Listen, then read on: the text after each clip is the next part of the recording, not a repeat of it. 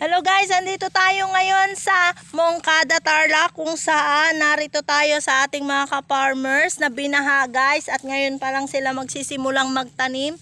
Medyo matanda na yung kanilang punla kasi nga binaha yung area nila guys, ano? So, ito po yung ating mga ka-farmers. Teka, sandali lang guys, mainit na masyado yung tsinelas ko, babasain ko muna. Napapasok na yung pa ako. Ganyan kahirap dito guys, Mariosep.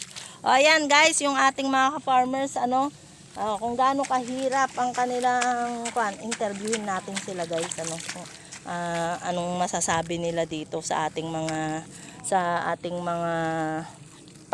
pangulo, sa ating mga leaders sa Department of Agriculture. Hello ma'am. Good morning po. Ano po masasabi nyo ma'am para sa ating Pangulong BBM at saka sa ating pong Department of Agriculture?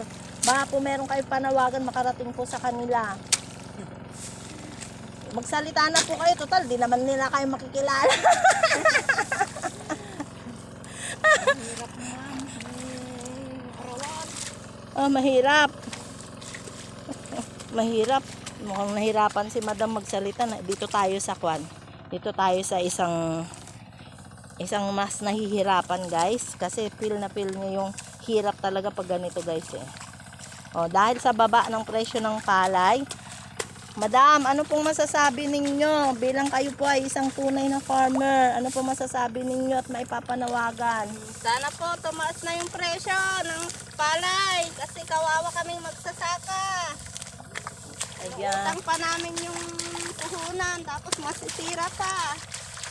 Ayan guys inutang pa nila yung kanilang puhunan tapos masisira pa tapos babarating nyo pa raw.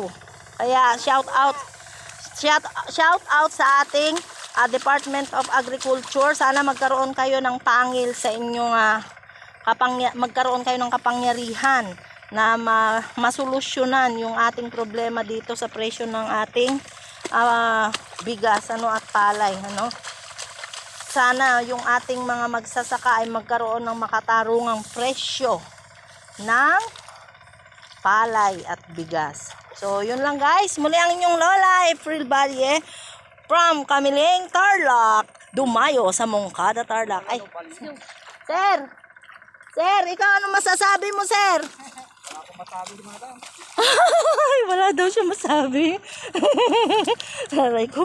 So, sige guys, babay na nga at tingnan nyo na itsura ng lola ninyo. Ang hirap sa field. Ang hirap talaga sa bukid guys, kaya maawa naman kayo. Dagdagan nyo na yung presyo ng palay nila. So yun lang guys, maraming salamat and God bless and thank you everyone.